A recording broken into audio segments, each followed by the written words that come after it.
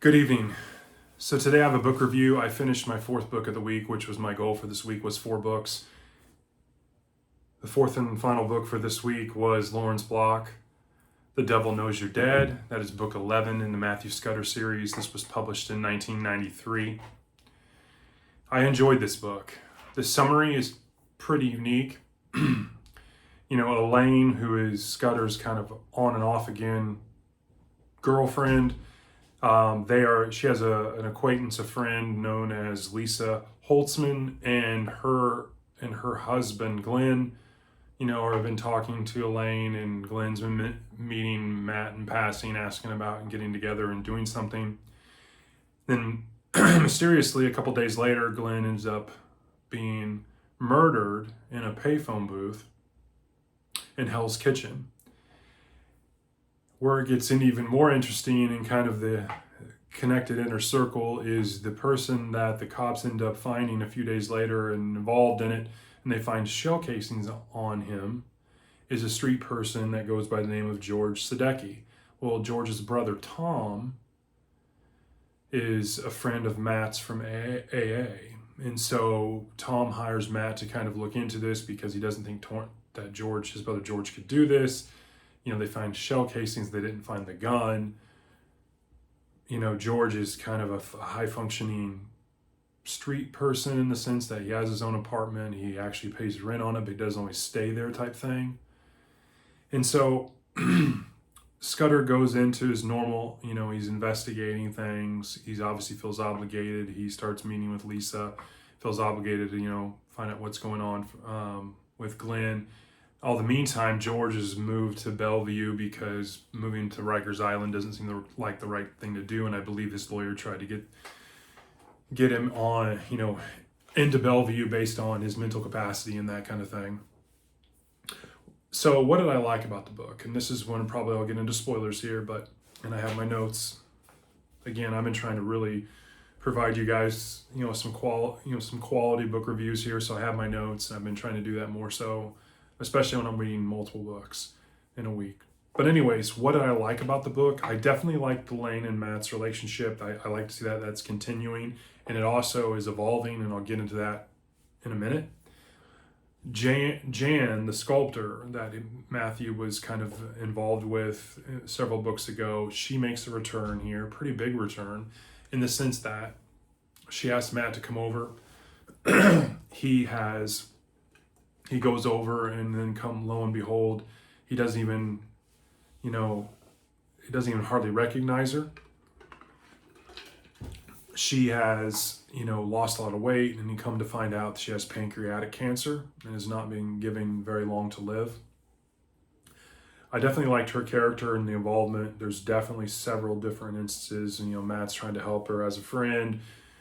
She actually, when Matt asked her, some of the basic questions like, what can you do? What do the doctors say? The prognosis with pancreatic cancer is not good, obviously. And so she doesn't seem at first like that she has a willingness to want to live. And so she actually asks for a favor, which is the whole reason that she invited Matt over in the first place and kind of dropped this on him, is that she would, like as she says, that he was the only one that came to mind, but she was looking to acquire a gun, and she wants one because she wants to end her life, and knowing that the pain is going to be pretty unbearable, and she doesn't want to do chemo and all this, and doesn't want to take pain medicine and all that.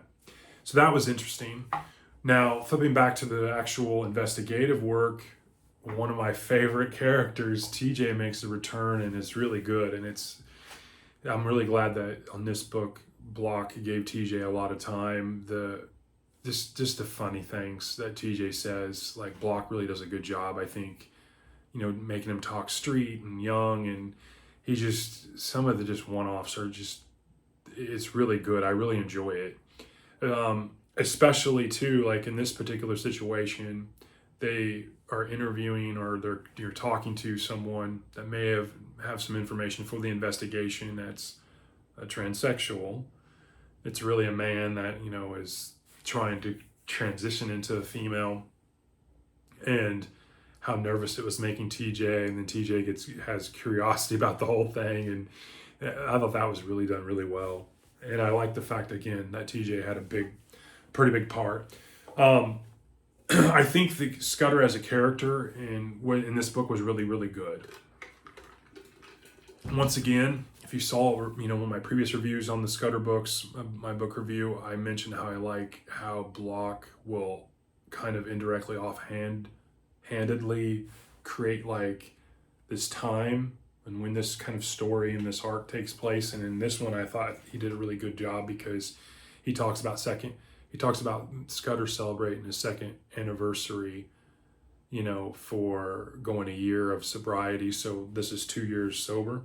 I thought that was really good.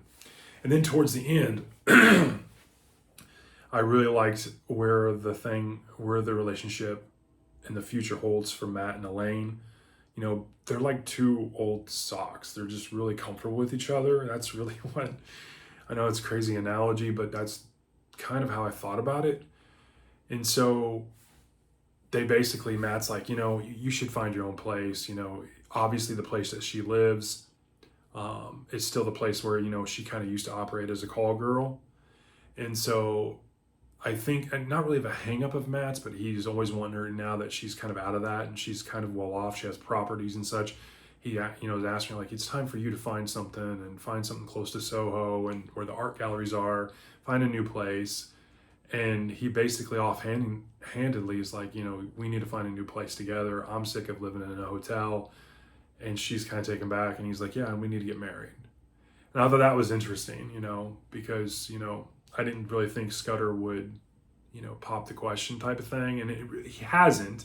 And it's just the beginning phase of that kind of putting that out there. And she's going to call and talk to some realtor companies and look for a place. And so I thought that was interesting to, end on, the book on kind of. And the only thing I disliked was two things. The mystery around the murder, it really wasn't interesting. The George Sadecki part was pretty interesting. He goes to Bellevue and then after a while they move him back to Rikers and then he ends up getting shanked and dies.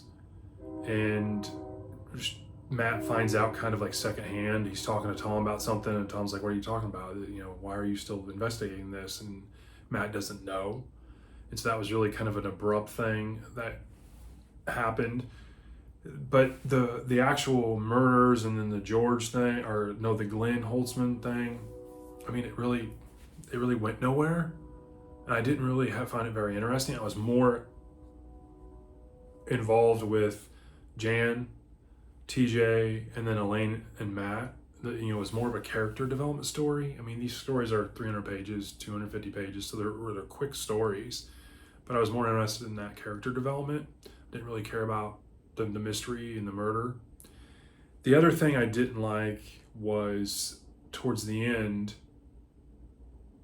Jan invites Matt back over and she's doing, cleanses and colonics and she's eating well and she's trying to take steps, she decided that it's not for her, and having the gun over there that Scudder ends up getting her kind of pushes her into saying, I want to live.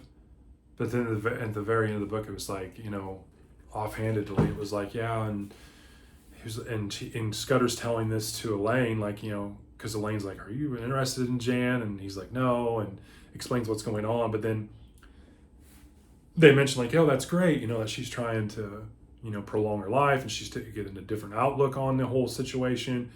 And then it was like, in April, she's dead. And so Jan's gone. And it was just very abrupt. And I thought there could have been a better way to handle that, and introduce that kind of change earlier and then to give her a little more time to close that out, and it was very abrupt, very, very tail end of the book, and just kind of chopped it off just to stop the book, basically. I didn't like that. Overall, I give this a 4-1. I give it a really good score because outside of those kind of two things, the abruptness of Jan passing at the end of the book and the fact that the murder wasn't really interesting to begin with. I was more interested in the characters. rates it pretty high. This is definitely a favorite Scudder book of mine. If you clean up those two things, even just the ending of Jan, it probably would have been closer to a 4.3, which is a pretty high score for a Scudder book. So anyways, I'm getting pretty long-winded here. But that's my book review. The Devil Knows You're Dead, Lawrence Block, book 11 in the Matthew Scudder series, 4.1. Hope you're having a great week. Tomorrow I will have my weekly wrap-up. Want to talk about that. And I picked up a couple books from a used bookstore. I'll probably throw that into the weekly wrap-up and share those with you. I don't have any immediate purchases coming, so I would kind of little book haul wrap-up type thing. I want to talk about the books I'm reading this week. And I hope you look forward to it. So hope you have a great evening, finish your weekend, do something fun, relaxing. I will talk to you all tomorrow. Thanks.